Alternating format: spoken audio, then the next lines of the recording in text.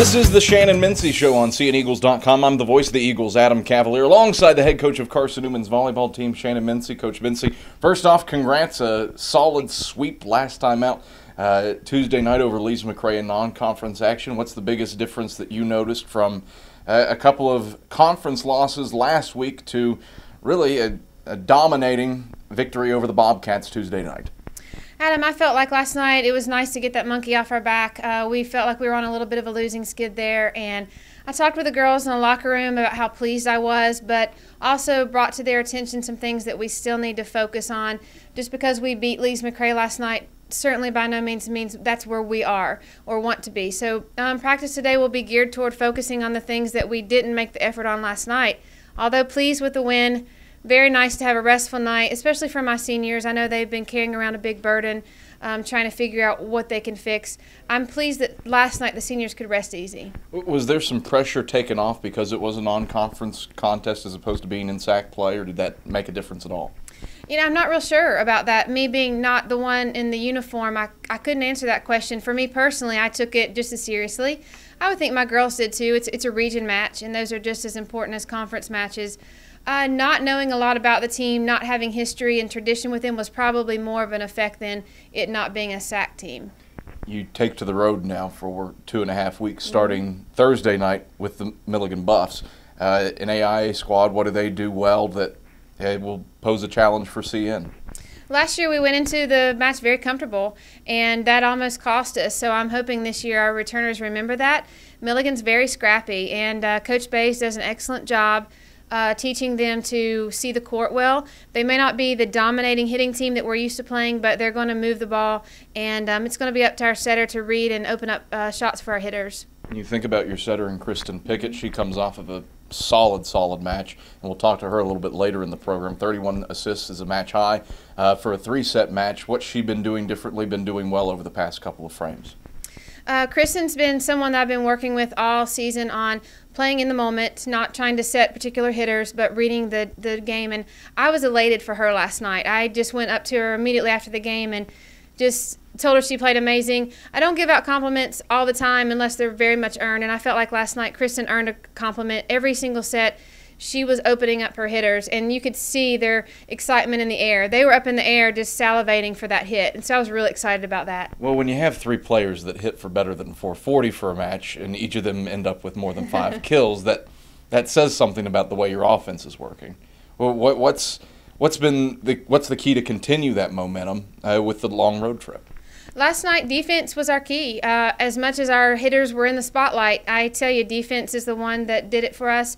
Tina did a nice job coming off the bench as a freshman, and as well, Rachel playing only one role I think really helped her out a lot. Probably hard for her being a senior to shift into a different role, going more to defense than offense, but for the win, she doesn't mind. You know, both seniors have carried around so much burden of losing that they'll do whatever it takes. Pickett actually picks up a double-double with 31 assists and her 10 digs. First double-double of the season for a Carson-Newman player. Well, it seemed like you were able to prevent Lees-McRae from going line. How'd you accomplish that? I think Lees-McRae was trying to prevent themselves from hitting to Angel. I ultimately think that was their strategy, because in that first set she only had 1 dig. And that's not an attribute to Angel playing poorly. They literally were aiming around her. So to Kristen, being right there and being able to make those digs was great. She nailed them, and then Angel became our secondary setter. For Kristen, I think she almost broke her record. I think 36 is her assist high for a 3-set match, and she was at 31. So we don't always go for records, but it's nice when goals are achieved in small ways. What's the next small little goal that you try to achieve looking forward? Well, looking forward, King and Erskine are 2 region matches that we have to get, and then next week's a huge week for us. LMU, Wingate, Catawba, 3 of the top teams in the conference that we have in one solid week. I hope that last night against Lees-McRae will propel us with our confidence that we need. We've talked on our team about mental toughness, and that is something you have to earn. And last night we earned it, and we felt it. We felt good about it. So I hope that propels us for next week's conference play. Coach Mincey, always a pleasure. Thanks for stopping by. Thanks, Adam. Carson-Newman head volleyball coach Shannon Mincey, and now we take a look at the highlights from the Lees-McRae match. To the near side for Morris, blocked back by Papala and Pickett. And the Eagles score 3 straight to take a 6-3 lead. Morse out of control, and it's bumped over by Saria Devara. Pickett, cross-court set, far side, Santarelli! Santarelli with a hard-angled shot down to the 10-foot line on the far side. Pummels it home for the kill. 8-3 Eagles in the third set. Back to Grother on the attack. She goes through the block. Great dig by Boland back line. Hayes bumps it over. Free ball, though, for Lees-McRae. And the Bobcats get in system. They can. Beatty from the far side, but Papala takes the off-speed shot and shoves it back onto the Lees-McRae side for the point. Mitchell down the middle at Harper. Pickett, cross-court set, Santarelli, and Santarelli with a fireball to the back right corner. Pushed over by Banta. Boland with it on the back line. Pickett, high ball, far side, Harper. Harper wheeling and dealing. Cracks the whip to the back line for the kill. And the Eagles are up by 9, 23-14 with Pritchett serving. Pritchett, right-handed jump serve at Hayes. Pickett, back sets Ashley Ferris, and Ferris with the kill off the Fox block gives the Eagles the sweep over Lees-McRae, 25-18. In set 3. Back on the Shannon Mincey Show, I'm Adam Cavalier alongside Carson-Newman sophomore setter Kristen Pickett. Kristen, you finish up the contest last time out with 31 assists, match high in a 3-set match. You're a sophomore setter working with 2 sophomore outside hitters. What's the key to communicating? Here's a bunch of super softs. The key to our communication is being close off the court. Not only on the court, but we need a close relationship off the court, and that's one thing that Mincey stresses a lot to us, is having that bond to where nobody can get in between us. And so that's definitely our key to our communication. Kristen, how do you develop that level of chemistry, both on and off the court, with your teammates? We are always together 24/7. So we eat together, we play together, we talk, we do everything. We have the same friends, so we're always together. And I think that's what builds our communication to another level that no team has, I think.